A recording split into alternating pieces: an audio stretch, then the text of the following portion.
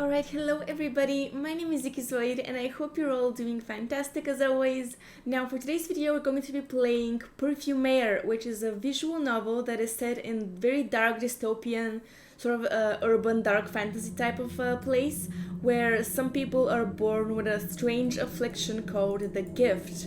Now I don't really know much about this visual novel except that it's just a demo for an upcoming interactive fiction, sort of like a text-based game that's going to be coming out in the future. But I'm really excited to try out this visual novel. I know it's pretty short, but I'm definitely looking forward to playing it. So let's just start. One more thing before we begin, I have to issue a warning that this game contains some violence, some explicit language, drug portrayal including alcohol and tobacco, and themes of death. So if you're sensitive to any of those, please proceed with caution or don't proceed at all. Okay, so now onto the game and see what it is. The following game is a teaser of the interactive novel Perfumare, Avulsion, and as so, it only showcases the key scenes of the secondary plot, 3 branches leading it into one of 2 versions of the common ending in several miscellaneous endings.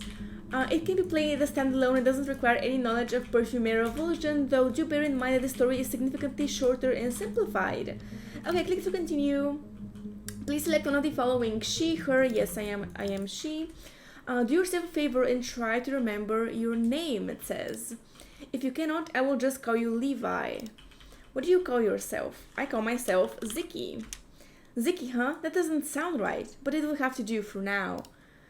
Okay, chapter 1. I'm really enjoying the dark aesthetic of this game from like screenshots that I've seen.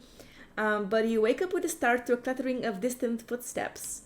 The mattress under your back squeaks loudly as you move. The rough and hard material feels the same way as it always does, a little too stiff for comfort. Okay, I'm gonna maybe open my eyes, of course. I mean, that's natural when you wake up. So it takes some time before your eyes accustom to themselves to the shadows, but when they do, you cannot believe what they show you. A yawning emptiness welcomes you. The room is bathed in darkness, completely bare, save for the bed you were lying on. The dirty, pale walls and white ceiling seem almost familiar. Almost. Something's wrong. The footsteps are getting closer, echoing louder and louder with every passing second. A sense of dread fills you, shaking you up, making the hairs on the back of your neck stand up at attention. Step, step, step, stop, step. Okay. Up the stairs. Step, stop, step. I'm gonna sit up. The sound of footsteps halts just as you sit up. The sudden silence is deafening in comparison to the earlier noise. It doesn't last long though. The shuffling of heeled shoes on the concrete floor replaces the footsteps. It rings closer than before, and soon a voice disturbs the silence, clear and booming. Yes, I'm here. A man, unfamiliar. He speaks softly but insistently. It doesn't seem like he's talking to himself. You hear a key being pushed into a lock. Your lock? Oh, this is kind of creepy. It rattles, but the door doesn't click open. The man swears. Wrong key. Your relief is short-lived. The intruder doesn't give up. A bunch of keys jingle sharply and another one is brought to the door. With the same result. One of the keys might just work, so you waste no more time. Your bare feet make no sound as you move. Slowly you walk out of the room, only to take a hasty step back when you see a person watching you from the opposite doorway. Oh, this is very creepy, by the way. A woman with matted red hair and a pair of piercing eyes that stare you down. She glances at the door, then back to you. Her eyes are bloodshot. You return the gaze. Her expression doesn't change. You cannot place her face, but you are sure that you know her. The man swears again loudly. A twang of keys falling to the floor follows. Okay, this is interesting. This is a very interesting beginning to this game. Actually, I really am intrigued. So the strange woman jostles at the racket. Her back meets the wall with a muffled thud.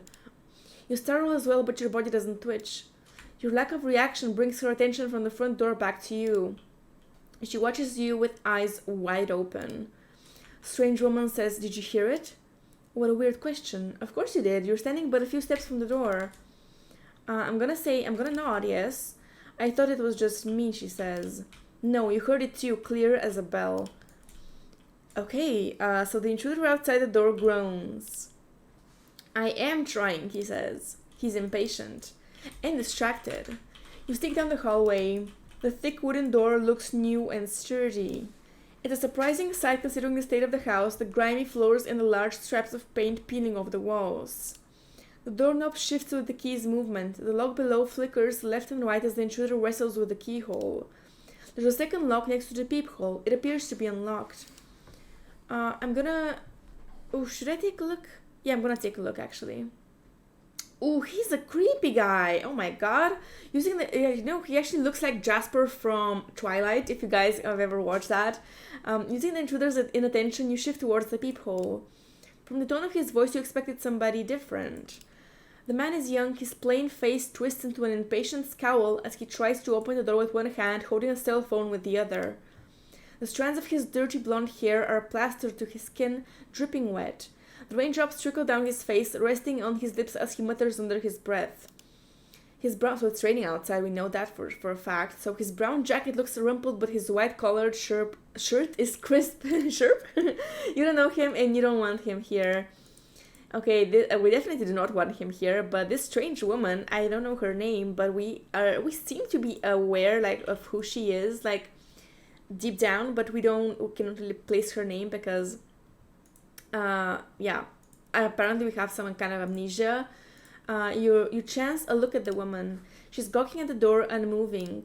She's no longer leaning against the wall, though. Her posture is tense, rigid.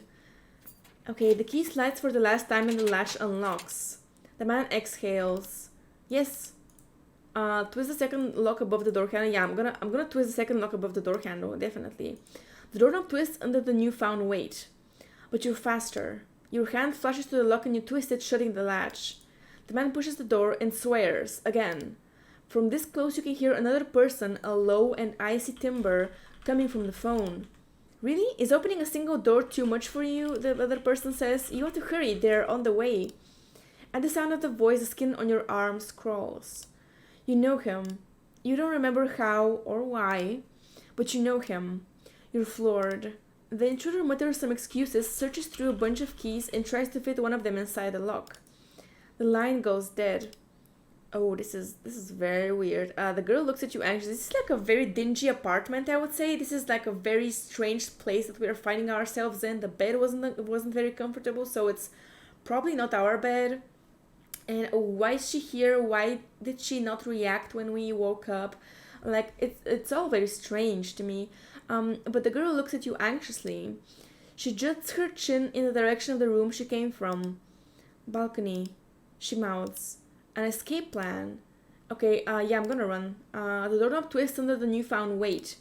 Stiff with terror, you launch yourself backward. Okay, before you can stumble, the woman grabs you by the wrist and tugs you along to the second room. It mirrors the one you woke up in, with one exception. This one has a balcony. She yanks the door open just as you hear the intruder come inside. Holy... The wind hits your face and your eyes begin to water. A hand pushes you towards the far end of the balcony. You see the girl jump over the railing swiftly like a cat. She lands in the tall grass, steady on 2 feet. The ground isn't far, so it's probably like the first floor. Well, not that far. You have no choice but to trust your feet to deliver you safely to the ground. You follow suit. Alright, so we're down in some sort of a garden. Maybe the adrenaline makes the fall practically painless. Your knees hit the grass, it's wet and cold and you almost slip, but a hand on your elbow holds you up. So this girl seems to be on our side, this strange woman. But she says careful. She mutters but not unkindly. You try to speak out, but the woman shushes you. She moves her eyes to the right, her body stiffens. There, a couple of people approach, keeping a brisk pace. They are dressed in suits, the white collars stick out like a sore thumb. Uh-oh. The woman takes a step to the side, away from you, and without her hand holding you upright, you fall to your knees. Before you can stop her, she runs. I'm gonna follow her. She's fast, abnormally so. She was next to you a moment ago, and now she's gone. She pushes past the suited people, sprints down the road. The suits scramble after her. You don't waste a second. You run in the opposite direction and don't stop until you're near a back alley. Oh, this is like a dangerous situation here. So your heart pounds in your chest. Like, we don't know what we are running from. We know who we are running from, but not who that is exactly. So why do they want to detain us or like catch us for something? Did we do something wrong? It's like very, very strange. But your heart pounds in your chest. You try to focus, but your mind is completely empty. Why? Why is this happening to you? The house, why was it familiar? Was it your home? You can't remember. You can't remember a single thing. How could that be? Last thing you remember is waking up. No, that can't be right. You try harder. Before today, what did you do before today? You recall flashes, shards of memories. You focus on one of them. Blue, red, or white? I'm gonna say blue, most likely, because the game is very bluish, so I'm gonna say blue. You were standing in front of a fogged mirror. Your reflection was distorted, your features blurred and foreign. A potent smell of bath salts and soap assaulted your nose, not unpleasant, just strong. And a voice barely audible over the dripping water calling out your name. The man from the phone, low and cold. Okay, and nothing else. For a while you focus on the splashing sound of your feet on the road. You have nowhere to go, but you cannot turn back. To make things worse, you hear the sudden rhythmic splatter of raindrops against the concrete. It's not a downpour, just a drizzle, but it doesn't seem like it's going to stop anytime soon. Yeah, rain can be very uncomfortable, especially if you're like trying to run in it. But you lean against the dry part of the wall under an awning, the uneven bricks dig into your back, sharp but grounding. You don't linger long, just enough to catch your breath as you try to make some sense of the reality you found yourself in. Waking up in an empty room in a vacant loft seems in itself pretty crazy. Not to mention that intruder, the man you're certain you've never met before. Where did he have a key? Was it his house? No, it couldn't be. It took him so long to find the right one. But if it's your house, why was it empty? If it isn't, what were you doing there in the first place? Yeah, there's like so many questions in our mind, like why were we there? What was that place? Who were those people?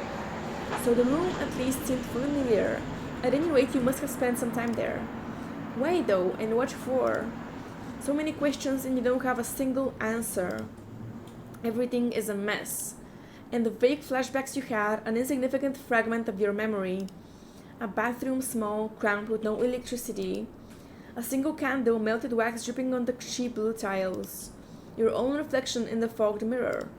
It might as well be your bathroom in the empty house, judging by the matching state of disarray. And that voice calling your name as though from a distance? Who was it? The redhead seems to be even more out of it than you, or at least you'd think she was.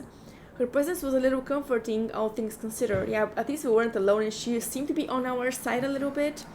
But hopefully she managed to hide somewhere safe. Over the quiet pitter-patter of raindrops, a voice reverberates unexpectedly, too close for comfort. You jump hard in your throat.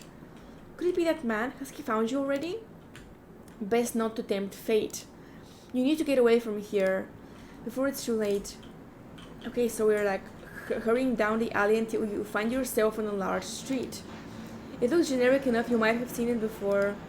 The sky is still dark, you cannot be sure what time it is though. It's early, but not early enough to pass through the streets unseen. The rain eases off, but you have a much bigger issue now. You are not alone. The early risers send you curious glances. You don't want to know how you look in their eyes, disheveled and barefoot. It starts to get annoying when a couple begins to whisper to each other like you're not even here. I'm gonna ignore it. I don't really want to tell them to mind their own business because that might start a conversation which will slow us down, so just ignoring it is the best option here. You really don't need any more attention. You fix your eyes ahead and rush past them. You exhale, relieved when they disappear behind you. Keeping a fast pace, you stare at the ground, feeling the wayward looks thrown your way. Finally, you reach the end of the street and duck into another, less crowded alley. You take one step and then stop dead in your tracks. Oh, are there people there? You know this place. You recognize the shop as the hedges made of boxwood. A lengthy line of stores and boutiques, jewelry, lingerie, clothes. And the store displays haven't been changed since last week. You remember seeing the same products through the windows, the same decorations. Ooh, one of the dressed-up mannequins catches your attention. The one dressed in the one with the faux fur. I think this is the faux fur one, isn't it? Yeah, the faux fur. Stylish and elegant. The second one really caught my attention at first. So, stylish and elegant, and most likely heavenly soft to the touch. The outfit strongly resembles the one you have on yourself right now. A simple yet elegant dress in your favorite color. All except for the fur coat. The mannequins, unsurprising, are all bald.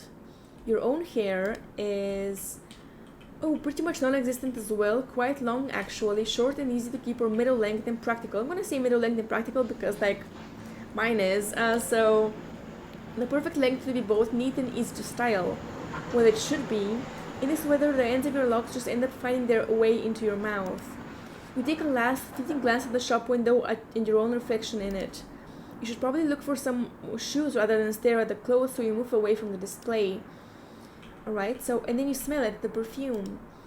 Oh, what perfume? You follow the scent as if led by a rope, down the narrow alley and into a square surrounded from both sides by tall brick buildings. The smell grows stronger the closer you are to a tiny perfume shop. Could it be... Shop owner, Ziki, what are you doing here, darling? The shopkeeper, an older woman, holds two large boxes over her shoulder like they weigh nothing. Nobody around seems to think it's weird, so you try not to stare. She smiles at you, then, as if in an afterthought, she glances at your feet, bare and covered in mud. Really? Again? I've told you so many times now, buy your shoes somewhere else. I thought you had better taste than that. Besides, if your third pair in a row falls apart after barely a week, then even you must see the problem here with the quality. It's a good thing she doesn't expect an answer because you're not sure what to say. Yeah, exactly. Like, what do you say to that? But the shop owner says, well, come on, check your locker. I'm pretty sure I saw a pair of your spares lying around. She steps inside the store and you, for lack of a better option, go after her. Okay, so maybe we work here. Since we have a locker here, maybe we either work here or we know her, we know this woman. She obviously knows us because she knows our name. So the interior is immensely familiar. The pale blue wallpaper drenched with the aroma of incense and the freshly cut flowers masking the stench of dust coming from the other room. The shopkeeper's face changes as she places the boxes down on top of the counter. It hardens into a tired, irritated scowl. You shouldn't be here, honey. I saw a pair of gentlemen from the SPD lurking around not long ago. SPD? Did something happen? You shake your head, taken off guard.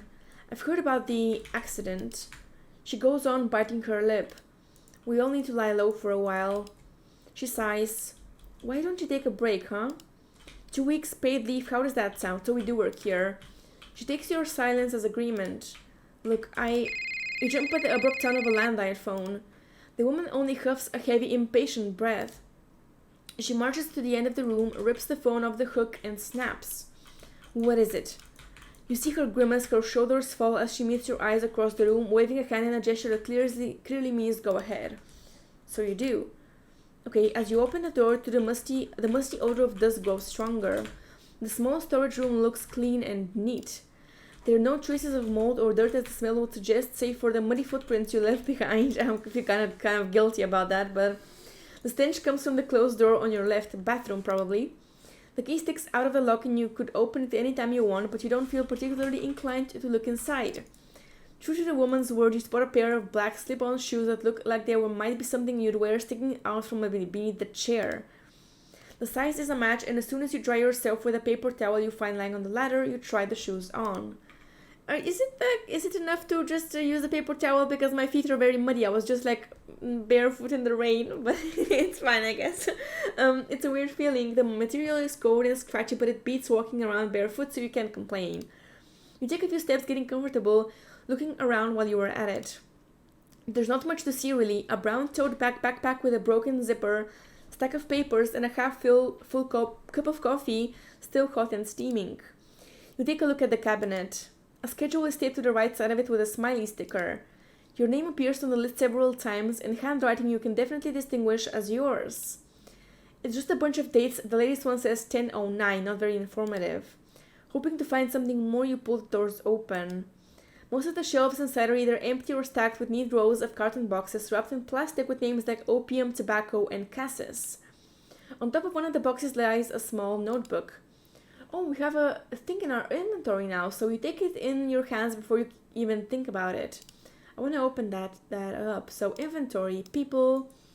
Oh, we have Jewel, Reed, and Laurent. I did read about these three characters, and the game does recommend that you romance Reed first and then the other people.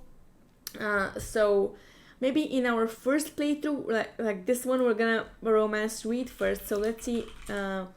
Miscellaneous. SPD, the Safety and Peace Department, is a part of a specialized agency responsible for enforcing the law, ensuring the safety and health of citizens, and preventing overuse of power, affliction, or most commonly, the gift. The SPD's primary role is active monitoring of gifted individuals and ensuring that they are behaving correctly. What is the gift though? The gift affliction, a term for any ability that affects the body or gives the wielder the power to manipulate the world around as they see fit depending on their particular affliction.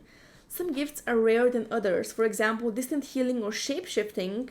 Some are harder to control, dream shaping or precognition, and some of the afflicted individuals, despite prolonged training, inevitably lose their minds. Okay, what is an affliction though? An untrained individual poses a great threat to society and requires specialized training and full-time monitoring. Afflicted individuals are separated into 5 tiers depending on their level of power. An individual's power is inconsequential or useless. An individual's power can be useful in day-to-day life, not dangerous to others. An individual wields a medium amount of power, requires basic training. An individual wields a significant amount of power. Incorrect usage of affliction can cause casualties, requires specialized training. And we already read number 5. So Perfumare or Mayor is a cleverly disguised inhaler, a potent drug sold in small bottles with atomizers resembling old perfume vials. Okay, so the bottle contains a colorless vapor which when inhaled stimulates parts of the brain responsible for allowing a gift to occur that would otherwise be impossible, for example telekinesis. Also has the ability to temporarily increase the strength of one's affliction. Oh, I see. So, this is very, very interesting. So let's read about Reed. That kind of rhymed. So Alcide Reed Esposito, born on the 18th of June in a small village near the city of Briscoe. Despite his hard upbringing and his miserable early years spent in poverty, the education he obtained through the years of the academy and the influential circle of friends he made along the way shaped him into a man who should not be trifled with. The few people who got to know his true face describe him as superficial and cunning, though personally Reed has always preferred the term adaptable. And his affliction is telepathy. What about Jewel though? Her affliction is telekinesis. Born on the 23rd of December, by the time she settled with her younger sister and paternal grandmother in the city of Elazar, she had moved over 26 times. Her parents worked for a science institute on a project that required frequent relocations. They never stayed long in one place, not until the youngest family member was born. Having to grow up fast, Jewel is known to take everything in her stride. She forms new relationships quickly but struggles to maintain them over long periods of time. Though her earlier experiences make her regard the world with a more pessimistic outlook, the dry humor she uses as a shield keeps her from getting too fatalistic. And Laurent Vincent Rosier, born on the 3rd of September, as the only son of 2 respected agents, he was expected to follow in their footsteps. When his gift turned out to be dangerously unstable and as a consequence prevented him from joining the Bureau of Control and Prevention, his parents shunned him. Prematurely as it happened, thanks to his self-discipline, he managed to not only control his affliction, but also to graduate from the academy with the highest honors. And it kind of looks like Edward as well from Twilight. If you guys ever watched that, I don't know if you probably have. I mean, those movies are very good, I would say. But after severing all contacts with his family, he decided to focus on work, quickly climbing up the career ladder to become the commanding officer at the Safety and Peace Department, the SPD. So around the office, Laurent has been called cold and unpleasant. He rarely smiles, and when he does, it's stiff and obviously forced. His affliction is dream shaping, which, what does that even mean, dream shaping? He can shape his dreams? I have no idea, but I think we're gonna end this episode here because this episode already got a little bit too long. But I want to thank you guys so much for watching and for tuning into this episode.